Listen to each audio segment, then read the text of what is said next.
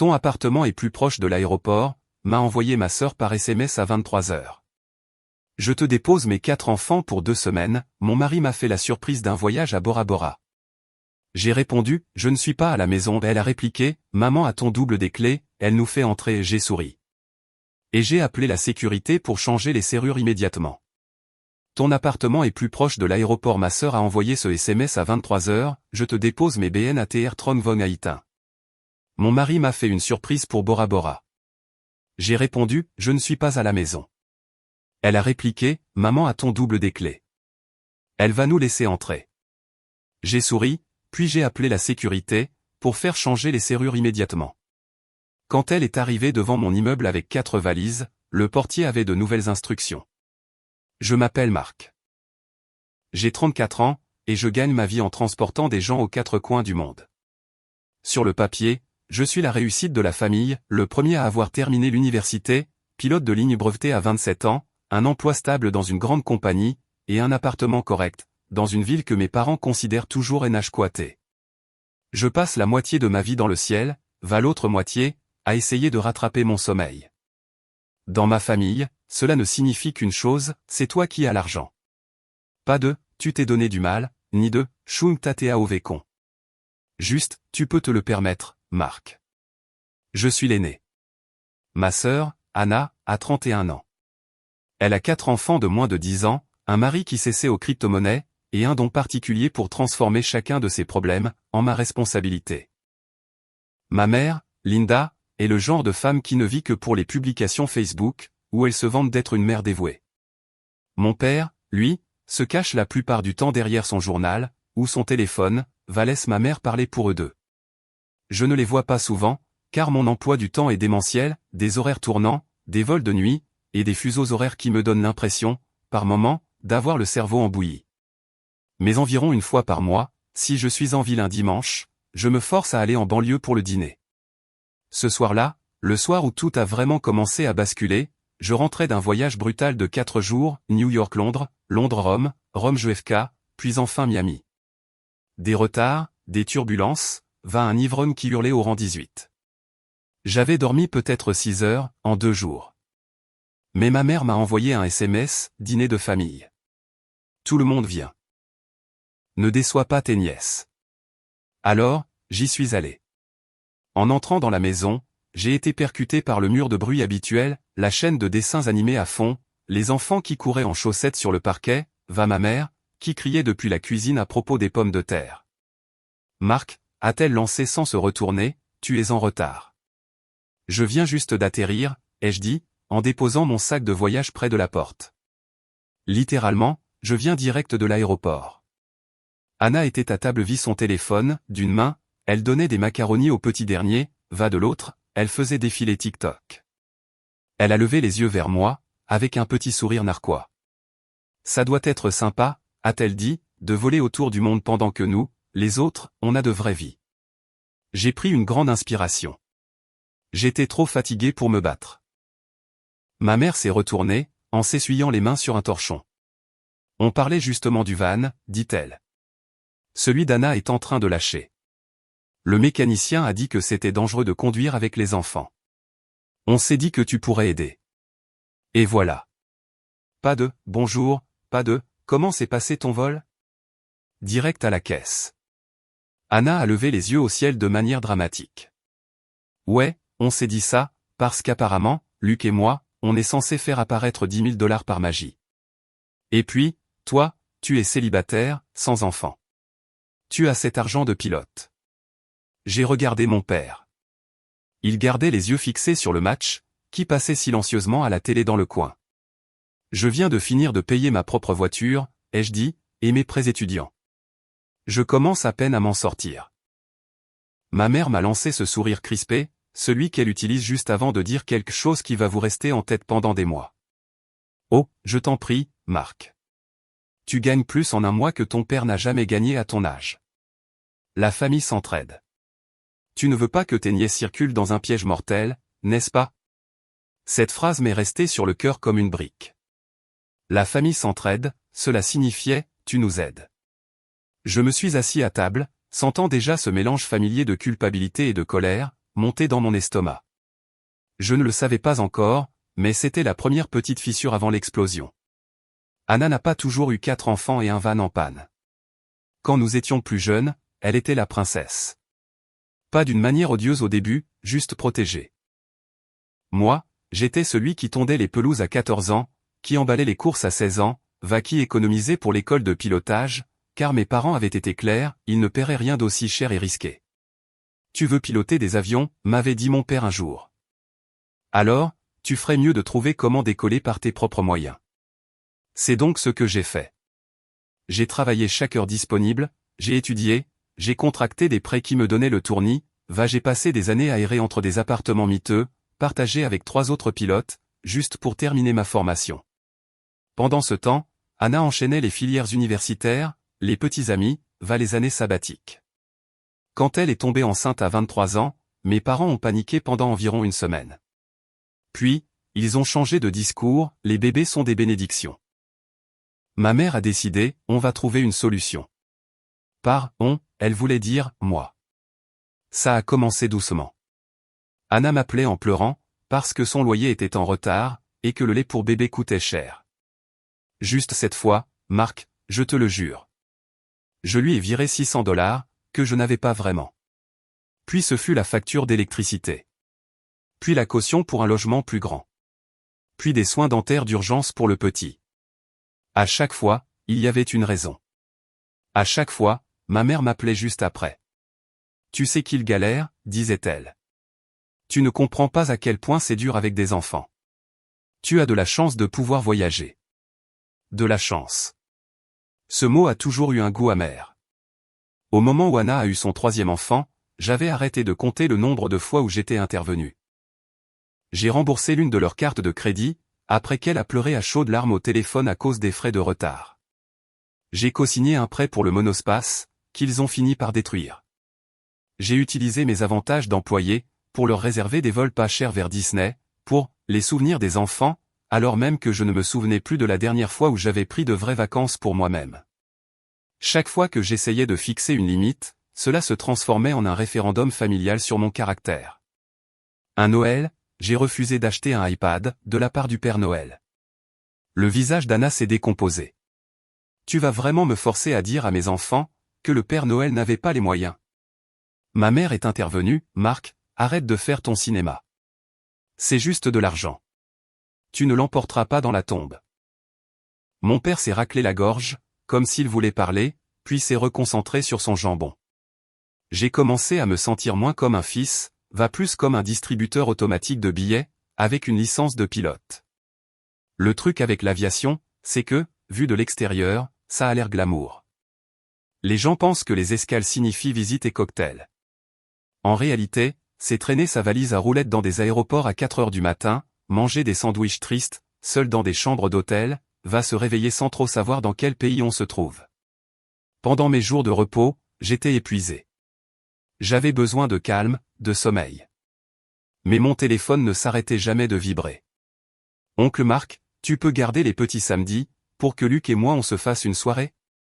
Et frérot, tu n'as pas des points d'hôtel que tu n'utilises pas. Il y a ce complexe hôtelier. Tu peux payer la différence pour ce siège auto? Les modèles sur sont si chers. Si je ne répondais pas assez vite, la discussion de groupe s'enflammait. Anna, waouh. Ça doit être sympa d'ignorer sa famille. Maman, Marc, nous ne demandons jamais rien, à moins d'en avoir vraiment besoin. Ce n'était pas vrai. Il demandait constamment, il ne s'en rendait même pas compte. Je me souviens d'un jour, lors d'une escale dans un hôtel à Chicago, je regardais mon application bancaire. Je venais de transférer $1 200 pour les uniformes et les frais scolaires. Mon compte d'épargne semblait bien maigre, pour quelqu'un qui travaillait autant que moi. J'ai fait le calcul, au cours des 5 dernières années, je leur avais donné assez d'argent, pour acheter ce van 2 fois. Assez pour verser un acompte pour une petite maison. Assez pour m'offrir des vacances, qui ne consistaient pas juste à dormir dans un lit différent entre 2 vols. À la place, j'avais le SMS d'Anna de la semaine précédente, honnêtement, tu devrais être reconnaissant. On donne un sens à ta vie. Sans nous, tu ne serais qu'un mec seul dans un cockpit. Je n'avais pas répondu à celui-là. Le ressentiment s'est accumulé lentement, comme un vol qui ne cesse d'être retardé par tranche de 20 minutes. On reste à la porte d'embarquement, parce qu'on se dit que ce retard sera sûrement le dernier. La goutte d'eau est arrivée un mardi soir. J'étais enfin chez moi, après une série de vols consécutifs. J'avais pris ma douche, mangé des plats à emporter bas de gamme sur mon canapé, j'étais à moitié endormi sur mon lit, avec un documentaire quelconque en fond sonore. Mon téléphone a vibré à 23h02. C'était Anna. Ton appartement est plus proche de l'aéroport, m'a-t-elle écrit. Je te dépose les enfants pour 2 semaines. Luc m'a fait une surprise pour Bora Bora. J'ai fixé l'écran, essayant de me convaincre que j'avais mal lu. 2 semaines? Sans prévenir? J'ai fait défiler la conversation, cherchant un message précédent sur ce voyage. Rien. J'ai tapé, quoi? 3 petits points. Puis, on décolle demain après-midi. C'est littéralement le seul moment où on peut y aller. Tu vas t'en sortir. Les enfants t'adorent. Mon cœur a commencé à battre la chamade.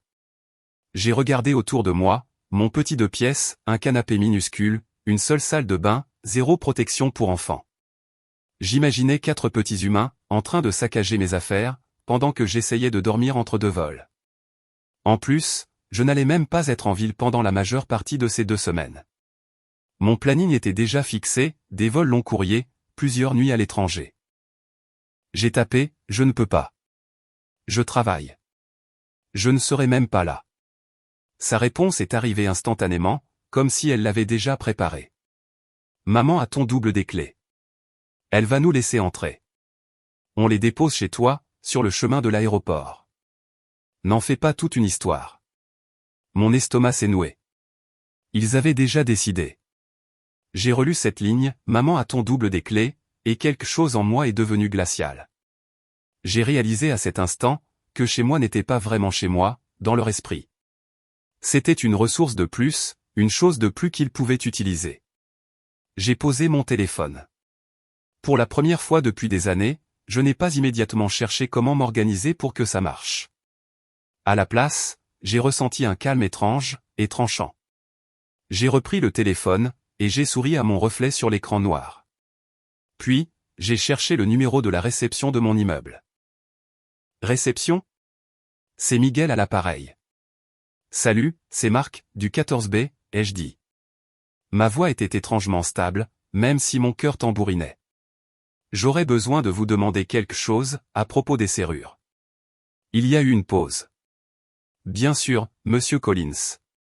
Tout va bien? Pas encore, ai-je répondu. Mais ça va aller. J'ai expliqué rapidement que je devais faire changer mes serrures dès la première heure demain matin. Que, sous aucun prétexte, personne ne devait être laissé entrer dans mon appartement sans ma présence physique. Pas ma mère, pas ma sœur, pas la famille, personne. Miguel est resté silencieux un instant. C'est noté, dit-il enfin. La maintenance peut être là à 8 heures. Et je vais mettre une note pour tous les portiers. Pas d'accès sans vous. Merci, ai-je dit. J'ai hésité, puis ajouté, ma mère risque de se présenter, en disant que j'ai donné mon accord. Ce n'est pas le cas. Il a ri doucement. On voit ça souvent. Ne vous inquiétez pas, nous suivrons vos instructions. Après avoir raccroché, l'adrénaline est montée. Mes mains tremblaient. Mon téléphone a encore vibré. Maman. Anna m'a dit que tu faisais des difficultés. Avant que je puisse répondre, elle m'appelait. J'ai décroché. Qu'est-ce que c'est que cette histoire? Tu refuses d'aider? A-t-elle aboyé, avant même que je puisse dire bonjour. Ta sœur a enfin l'occasion de faire quelque chose de sympa, et tu vas tout gâcher. Je ne gâche rien, ai-je dit. J'ai du travail. Je ne peux pas prendre 4 enfants pendant 2 semaines. Ce n'est pas du babysitting, c'est de l'éducation parentale. Tu exagères, dit-elle. Ils seront à l'école la majeure partie de la journée. Et de toute façon, tu n'es presque jamais là. Quelle est la différence? La différence, c'est que je suis chez moi quand je ne suis pas en vol, ai-je répondu. Ces jours-là sont les seuls moments où je peux me reposer. Je ne peux pas être responsable de 4 enfants tout seul. Ce n'est pas prudent. Elle a soupiré bruyamment. Je savais que ça arriverait. L'argent est monté à la tête. Tu étais si gentil, avant. J'ai ri. C'était un rire amer. J'avais peur, avant, ai-je dit. Ce n'est pas la même chose. Elle est restée silencieuse, juste assez longtemps pour que je puisse imaginer son visage, les lèvres pincées, les yeux rétrécis. Écoute-moi bien, dit-elle enfin. On a déjà dit aux enfants qu'ils restaient chez toi. Anna et Luc ont des billets non remboursables. Il n'y a pas de plan B. Alors, tu vas arrêter tes bêtises, tu seras chez toi demain, et tu ouvriras cette porte. Non, ai-je dit. Le silence au bout du fil était assourdissant. Qu'est-ce que tu as dit, a-t-elle chuchoté. J'ai dit non, ai-je répété. Tu n'as pas le droit de me porter volontaire, pour une garde d'enfants gratuite, sans me demander. Tu n'as pas le droit d'agiter la famille comme un contrat. Je n'ai pas accepté ça. Espèce de petit ingrat, elle s'est interrompue. Après tout ce qu'on a fait pour toi. J'ai failli m'étouffer. Tout ce que vous avez fait pour moi. Elle a continué sur sa lancée, on a soutenu ton rêve. On t'a regardé poursuivre les nuages, je pouvais entendre les guillemets dans sa voix. On ne t'a pas demandé de nous rembourser. Et maintenant que ta sœur a besoin de toi, tu lui claques la porte au nez. J'ai donné plus de 20 000 $ à Anna ces 5 dernières années, ai-je dit. Ma voix tremblait maintenant, mais je ne m'arrêtais pas, j'ai gardé trace de tous les virements. Loyer, facture, vanne, carte de crédit. J'ai posé des jours de congé pour faire le baby-sitter, afin que toi et papa puissiez partir en croisière. J'ai utilisé mes avantages de vol pour vous envoyer en vacances, que je ne pouvais même pas m'offrir moi-même. C'est différent. A-t-elle crié. C'est ce que fait une famille. Tu n'étais pas obligé. Tu as pourtant été très clair sur le fait que je l'étais, ai-je répliqué. À chaque fois que j'hésitais, tu me traitais d'égoïste. Tu pleurais. Tu disais que les enfants n'auraient plus rien à manger, plus d'école, plus de Noël. Est-ce que tu t'entends parler? Elle se tut à nouveau. Pour une fois, ai-je dit, je dis non avant que vous ne me coinciez. Je ne suis pas votre fonds d'urgence. Je ne suis pas votre nounou gratuite. Et je change mes serrures demain. Tu n'oserais pas, a-t-elle sifflé. Considère ceci comme ton préavis, ai-je dit. Si tu te présentes devant mon immeuble avec ses enfants et ses valises, ils ne seront pas autorisés à monter. Si vous les laissez là quand même, j'appellerai les services de protection de l'enfance. Pas parce que je veux vous faire du mal, mais parce que laisser 4 enfants dans un hall d'entrée, c'est de la négligence. Tu me menaces avec le gouvernement? Pour une histoire de famille, sa voix est devenue aiguë, hystérique. Je me protège, ai-je dit. Et honnêtement, je protège tes petits-enfants contre votre sentiment que tout vous est dû. Elle a eu un hoquet de surprise.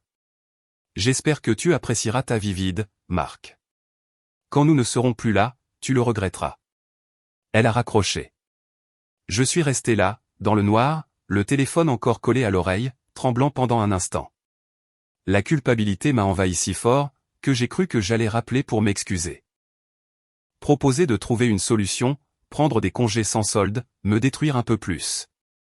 Puis, j'ai imaginé mon petit appartement, les murs pour lesquels je payais, le lit dans lequel je dormais à peine, les années de temps et d'argent perdus que je ne récupérerai jamais, j'ai laissé passer la culpabilité. Le lendemain, la maintenance a changé ma serrure à 8 heures pile. À 10h30, alors que je revenais avec un café, je les ai vus, Anna, Luc, ma mère, et les 4 enfants. 6 valises, tous debout dans le hall devant le bureau de Miguel. Anna gesticulait en criant. Les enfants commençaient déjà à pleurnicher. Ma mère pointait le plafond de manière théâtrale. Miguel m'a vu le premier. Ses yeux se sont agrandis un peu, puis se sont tournés vers eux. Marc. Anna s'est retournée brusquement. Dis à ton petit chien de garde de nous laisser monter.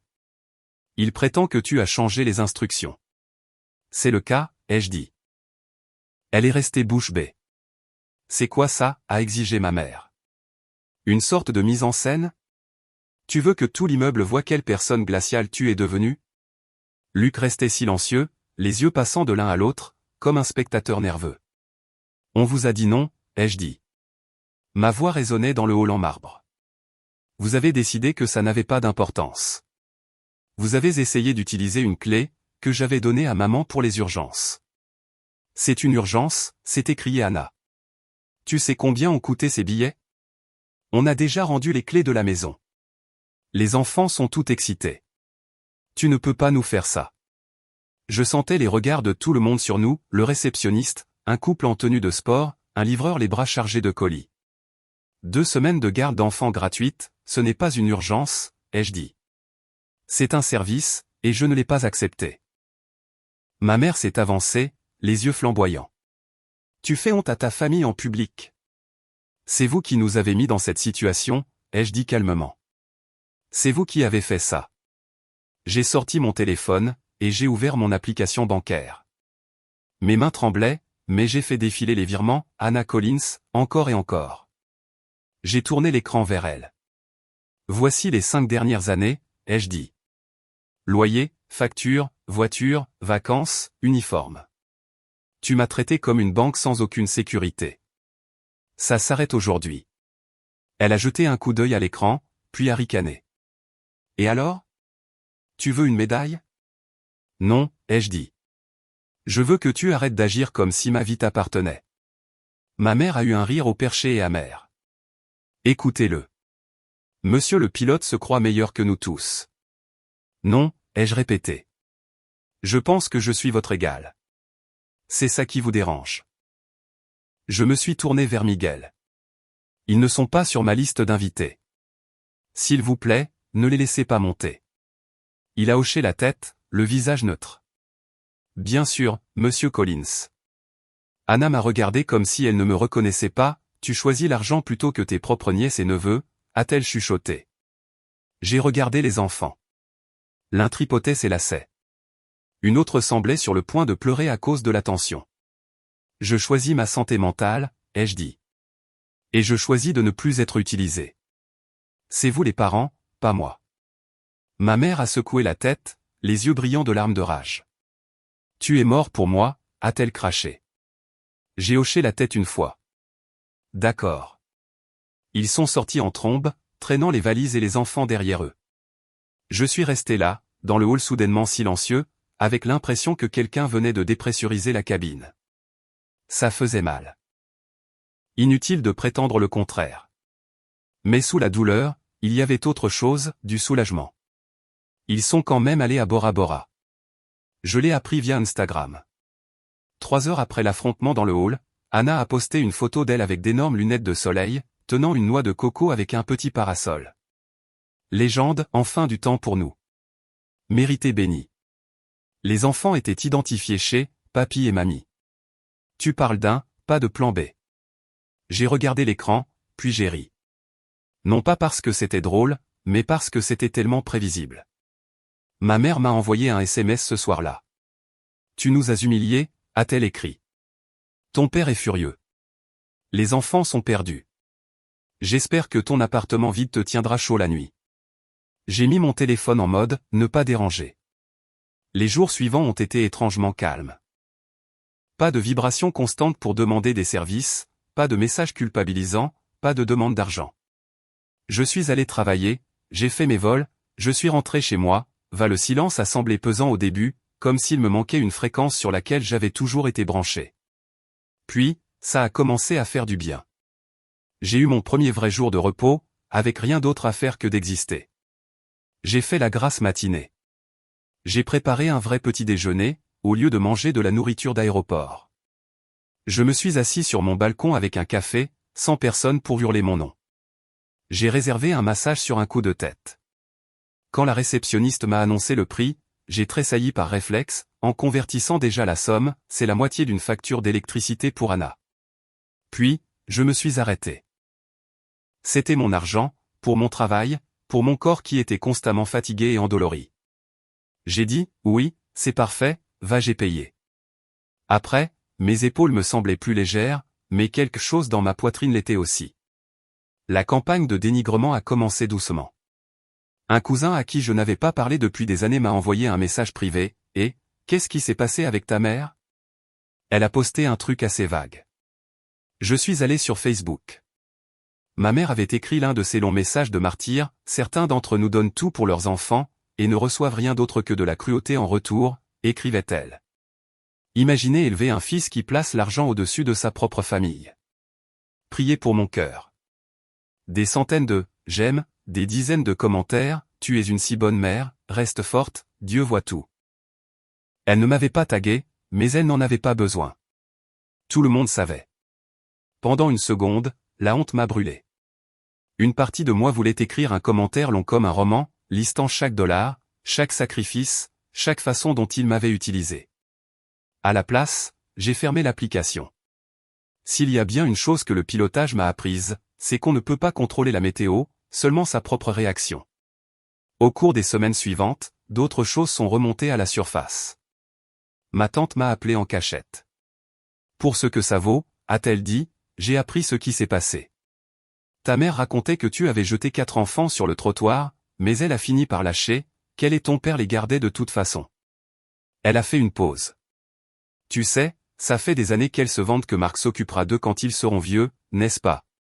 Je m'en doutais, ai-je répondu. Tu as bien fait, dit-elle doucement. J'aurais aimé faire la même chose plus tôt avec mes propres enfants. Nous avons discuté plus longtemps que nous ne l'avions fait depuis des années. À la fin de l'appel, elle a avoué qu'elle glissait de l'argent à son propre fils adulte depuis des années, qu'elle se sentait piégée. Te voir dire non, dit-elle, ça m'a fait penser que j'avais peut-être le droit d'arrêter, moi aussi. Tiens donc. J'ai commencé une thérapie. J'en avais l'intention depuis des lustres, me disant toujours que je le ferais quand mon emploi du temps se calmerait, ce qui était une blague. J'ai trouvé une thérapeute qui travaillait en ligne, entre 2 vols. Dès la première séance, je lui ai parlé du van, de l'argent, de la scène dans le hall, du voyage à Bora Bora. Elle s'est adossée à son siège et a dit, vous savez que c'est de la parentification, n'est-ce pas? Il vous traite comme un 3e parent, comme un filet de sécurité financier, depuis que vous êtes adolescent. J'ai haussé les épaules. N'est-ce pas simplement le rôle de l'aîné? Non, dit-elle.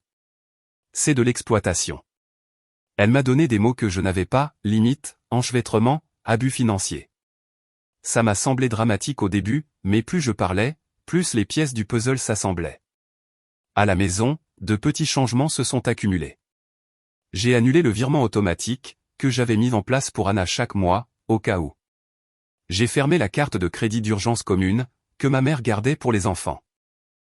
J'ai modifié mon testament, pour léguer mes biens à une œuvre caritative et à quelques amis, plutôt qu'à mes parents s'ils me survivaient, ce que ma mère m'avait poussé à écrire quand j'avais commencé à voler. J'ai regardé mon compte d'épargne fructifier lentement, pour la première fois depuis des années. Lors d'une rare période de plusieurs jours de repos, je me suis réservé un voyage. Pas en tant qu'équipage, sans uniforme, sans annonce cabine. Juste comme passager. Quelque part au calme, au bord de l'océan, avec les besoins de personne d'autre que les miens.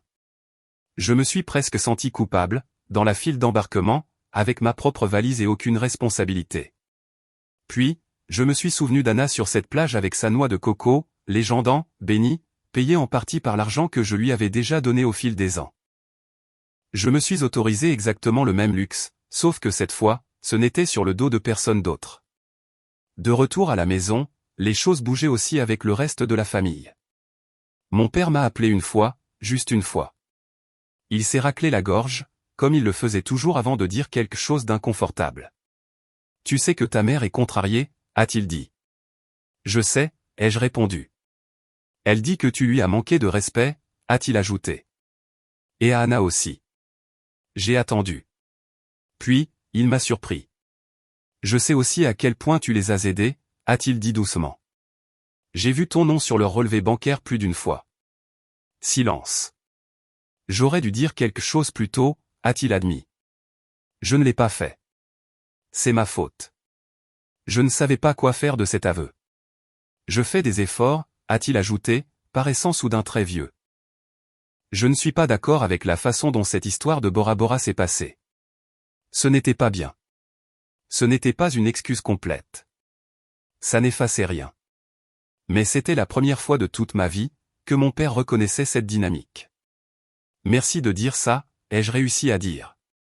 Il ne m'a pas poussé à faire la paix. Il ne m'a pas dit de m'excuser. Il a juste laissé la communication ouverte, d'une manière plus douce que d'habitude. J'espère que tu prends soin de toi, là-haut, a-t-il dit avant de raccrocher. Oui, je le fais, ai-je dit. Et pour une fois, c'était vrai. Anna est restée silencieuse. Pas de SMS, pas d'appel, même pas un « joyeux anniversaire », alors que je savais qu'elle avait vu la notification sur Facebook. Puis un jour, environ 6 mois plus tard, mon téléphone a vibré avec son nom. Anna, et juste ça. J'ai fixé le message pendant un long moment. Puis une autre bulle est apparue. Je ne demande pas d'argent, a-t-elle écrit. J'ai expiré. Je n'avais pas réalisé que je retenais mon souffle. Elle a enchaîné, je voulais juste dire. On a trouvé une babysitter. On a fait un budget. C'était nul, mais on l'a fait. J'ai attendu. Et je n'aurais pas dû essayer de te refiler les enfants comme ça, a-t-elle tapé. Luc a dit que si quelqu'un essayait de nous faire ça, on pèterait un câble. Je me suis assis sur le bord de mon lit. Je suis content que vous ayez trouvé une solution, ai-je répondu. Vous êtes leurs parents. Vous trouverez toujours un moyen. Elle ne s'est pas exactement excusée. Mais c'était ce qu'elle avait fait de plus proche, pour admettre que j'avais eu raison de dire non. Nous ne sommes pas soudainement devenus les meilleurs amis du monde. Je n'ai pas recommencé à lui envoyer de l'argent. Mais le ton était passé de « tu nous dois ça » à quelque chose de plus équilibré. J'ai réalisé alors que mon « non » ne les avait pas détruits. Cela les avait forcés à enfin grandir un peu. Et cela m'avait forcé, moi, à enfin vivre ma vie comme si elle m'appartenait. Parfois, lors de vols de nuit, j'entends encore ma mère dire « tu es mort pour moi ». Et mon propre « d'accord », très calme. J'avais peur que ce moment ne me hante, mais la thérapie a été claire, je n'ai pas mis fin à ma famille. J'ai mis fin à mon rôle de portefeuille sur pattes. Maintenant, les relations sont distantes, mais paisibles. Anna gère ses propres factures, va le double des clés est enfin de nouveau à moi. Je suis toujours leur fils, mais je pilote mon propre avion, je choisis désormais où mon temps, va mon argent, atterrisse. Je suis du côté du narrateur ici, car Marc est rentré épuisé d'une rotation multiville, a reçu un SMS à 23h02 annonçant que 4 enfants seraient déposés dans son 2 pièces pour 2 semaines, a découvert que sa mère avait son double des clés et prévoyait de les laisser entrer. Ce que cette histoire nous enseigne, c'est que, la famille s'entraide, peut devenir un chèque en blanc, si vous ne définissez pas de limite tôt, par écrit. 2 leçons à retenir, documenter tout, sauvegarder l'historique des virements et les captures d'écran, comme les plus de $20 000 de Marc sur 5 ans, va sécuriser votre vie, comme si elle avait de l'importance.